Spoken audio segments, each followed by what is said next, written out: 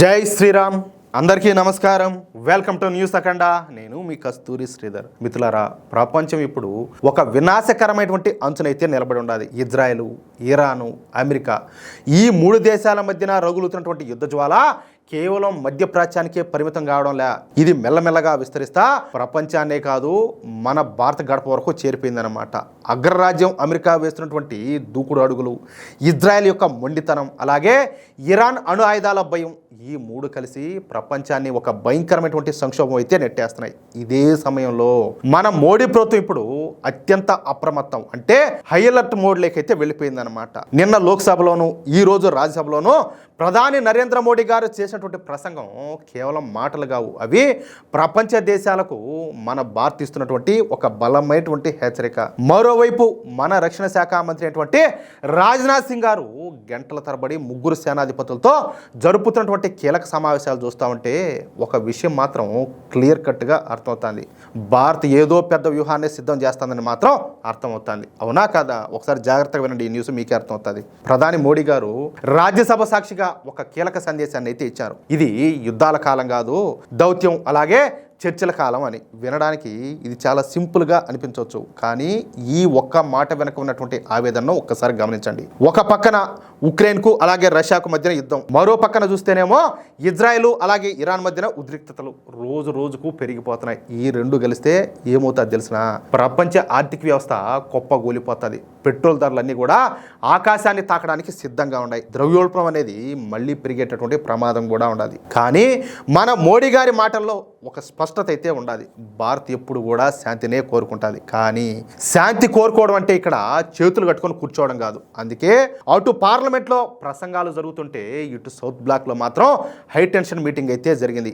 రక్షణ శాఖ మంత్రి అయినటువంటి రాజ్నాథ్ సింగ్ గారి నేతృత్వంలో అత్యవసర సమావేశం నిర్వహించారు. ఆర్మీ, నేవీ, ఎయిర్ ఫోర్స్ చీఫ్లతో దాదాపు 1.5 గంట పాటు సాగినటువంటి ఈ భేటీలో ఒకవేళ యుద్ధం ముదిరితే మన సరిహద్దుల పరిస్థితి ఎలా ఉంటుంది, మన దగ్గర ఉన్నటువంటి ఆయుధాల నిల్వలు సరిపోతాయా, ఎయిర్ డిఫెన్స్ సిస్టమ్స్ ఎంత స్ట్రాంగ్గా ఉన్నాయి అనేటటువంటి అంశాలపైన లోతైనటువంటి సమీక్ష అయితే జరిగింది. ఇది కేవలం ఏదో ఛాయ్ తాగుతానో సమోసా తింటానో ఏదో ముచ్చట్లు పెట్టుకునే సాధారణ మీటింగ్ అయితే కాదు. ప్రపంచాన్ని ఒక మహమ్మారిలాగా చుట్టుముట్టబోతున్నటువంటి ఈ యుద్ధ పరిస్థితి నుంచి మన దేశాన్ని ఏ విధంగా కాపాడుకోవాలి అన్న దానిపైన యుద్ధ ప్రాతిపదికన జరుగుతున్నటువంటి అత్యంత కీలక కసరత్తు ఇది.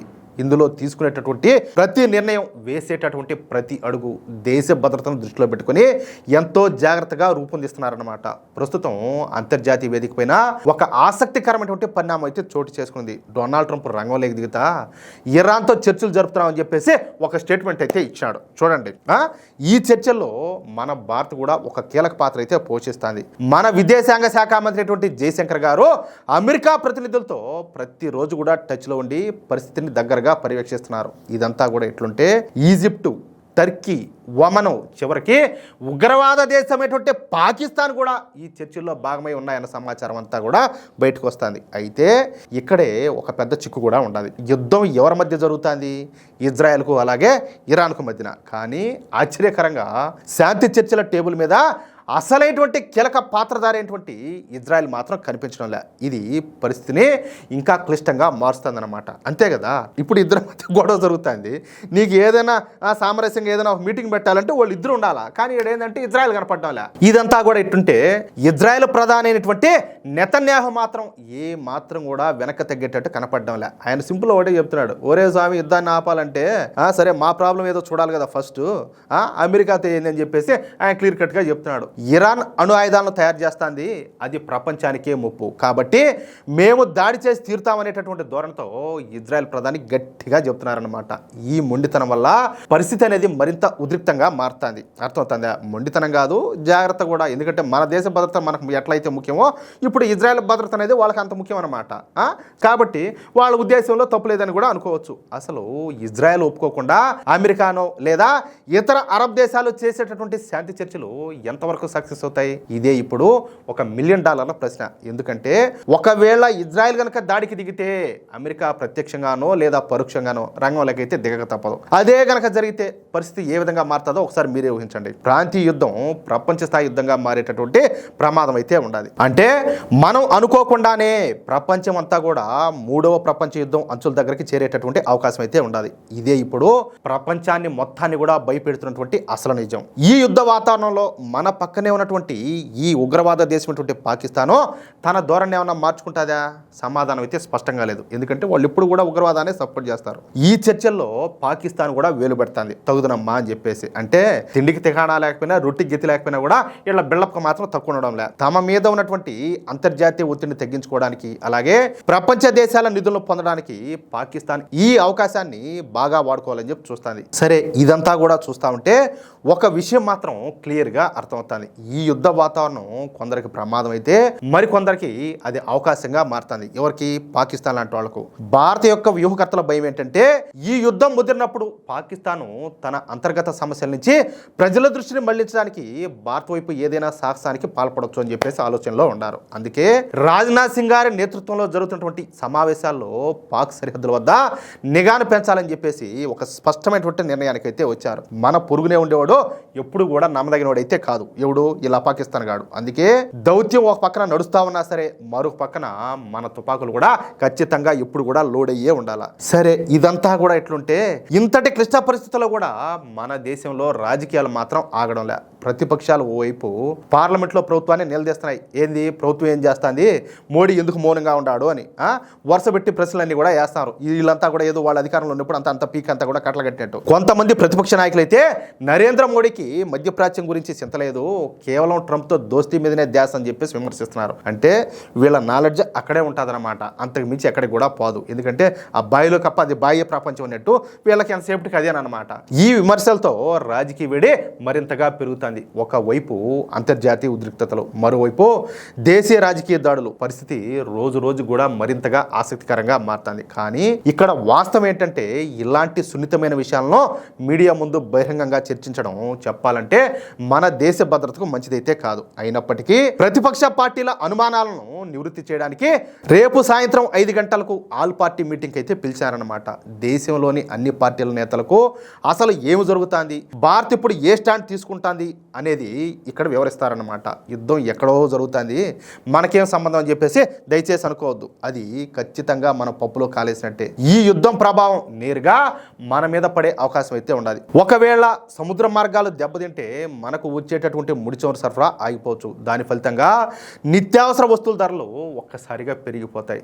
భారత్ ఇప్పుడు చెప్పాలంటే ఒక సంధికాలంలో ఉండాలి. అటు రష్యా, ఇటు అమెరికా, మరొక పక్క ఇజ్రాయెల్, అందరితో కూడా మనం సంబంధాలు కాపాడుకుంటూనే మన దేశ ప్రయోజనాలను కాపాడుకోవడం మన మోడీ ప్రభుత్వానికి చెప్పాలంటే ఒక అగ్ని పరీక్ష లాంటిదన్నమాట. సరే, ఎంత జరుగుతుంది కదా. ఇప్పుడు మన దేశానికి వ్యతిరేకంగా మోడీ ప్రభుత్వానికి వ్యతిరేకంగా ఈయన రాహుల్ బాబా ఇన్ని మాట్లాడుతున్నాడు కదా. రేపు ఈ ఆల్ పార్టీ మీటింగ్ రావడంలే. కేరళలో ఆయనకి ఏదో మీటింగ్ ఉన్నదంట, దొబ్బుకొని ఆడిపోతాడు. అట్టుంటుంది వాళ్ళతో అంతా కూడా. అంటే పెద్దవాళ్ళు ఏదో సామెత చెప్తా ఉంటారు, ఒకటి గుడ్డగాల్చి మొహాన్ని వేసినట్టు అని చెప్పేసి ఊరికే నోటుకొచ్చినట్టు వాగేది, దొబ్బుకొని ఆడించి వెళ్ళిపోయేది. నువ్వు అంత బాధ్యత కలిగినోడు అయితే, అందులోనూ నువ్వు లోక్సభలో ప్రధాన ప్రతిపక్ష నేతవు కదా, మరి నువ్వు బాధ్యతకి ఇక్కడ ఉండాలి కదా, నువ్వు అక్కడ ఏం చేయబోతున్నావు? అట్లుందనమాట వాళ్ళ పరిస్థితి. ఏదేమైనా కూడా మన మోడీ ప్రభుత్వం మాత్రం హై అలర్ట్లో ఉండాలి. అలాగే సన్నద్ధతతో వేగాన్ని కూడా పెంచింది. మరి దౌత్యం గెలుస్తుందా లేక ఆయుధాలు మాట్లాడతాయి అనేది వెయిట్ చేసి చూడాలన్నమాట. అయితే ఒక విషయం మాత్రం వాస్తవం, ఇటువంటి సంక్షోభ సమయాల్లో దేశాన్ని నడిపించడానికి నరేంద్ర మోడీ వంటి సమర్థవంతమైనటువంటి నాయకుడు ఉండటం నిజంగా చెప్పాలంటే మనమందరం చేసుకున్నటువంటి అదృష్టం. కొంతమంది పొరంబోకులకు అది అర్థం కాకపోవచ్చు. ఆయనకు కేవలం రాజకీయం మాత్రమే కాదు, సంక్షోభాలను ఏ విధంగా ఎదుర్కోవాలో తెలిసినటువంటి అపారమైనటువంటి అనుభవం కూడా ఉండాలి. గతంలో కూడా ఈ కోవిడ్ వంటి ప్రపంచ మహమ్మారి విరుచుకుపడినప్పుడు అగ్రదేశాలే చేతులెత్తేసిన మన మోడీ గారి నాయకత్వంలో భారత్ స్థిరంగా నిలబడింది. కోట్లాది మంది ప్రజలను కాపాడమే కాదు, ప్రపంచానికే వ్యాక్సిన్లు ఇచ్చే ఆదుకున్నటువంటి చరిత్ర మందనమాట. రష్యా ఉక్రెయిన్ యుద్ధం వచ్చినప్పుడు మన విద్యార్థులందరినీ కూడా సురక్షితంగా మన దేశానికి తీసుకురావడంలో ఆయన చూపించినటువంటి చొరవ చెప్పాలంటే అసాధారణం అనమాట. అటువంటి నాయకుడికి ఈ ఇజ్రాయెల్ ఇరాన్ యుద్ధ పరిస్థితులను ఏ విధంగా హ్యాండిల్ చేయాలో చాలా బాగా తెలుసు. మోడీ గారి దౌత్య నీతి మీద, మన సైన్యం యొక్క సన్నద్ధత మీద భారతీయులకైతే పూర్తిగా నమ్మకం ఉండాలి. నాకైతే ఉండాలి. మరి మీకుండదా? ఆయన గట్టిగా ఉన్నంత కాలం మన దేశానికి ఎటువంటి ముప్పు కూడా రాదని చెప్పేసి మనం ధీమాగా ఉండొచ్చు. చెప్పొచ్చు. మిత్రులారా, చూశారు కదా, యుద్ధ మేఘాలు కమ్ముకుంటున్న వేళ భారత్ తీసుకుంటున్న ఈ కీలక నిర్ణయాలపైన మీ అభిప్రాయం ఏంటి? మోడీ గారి వ్యూహం పైన మీకు నమ్మకం ఉందా? కింద కామెంట్ సెక్షన్లో తప్పకుండా తెలియజేయండి. ఈ సమాచారం మీకు నచ్చినట్లయితే వెంటనే ఈ వీడియోని లైక్ చేసి మీ వాట్సాప్ గ్రూపుల్లో అందరికీ షేర్ చేయండి. దేశ విదేశీ పరిణామాలపైన ఇలాంటి మరిన్ని విశ్లేషణల కోసం మన న్యూస్ అఖండ ఛానల్ని ఇప్పుడే సబ్స్క్రైబ్ చేసుకోండి. జై శ్రీరామ్, జై హింద్, భారత్ మాతాకి జై.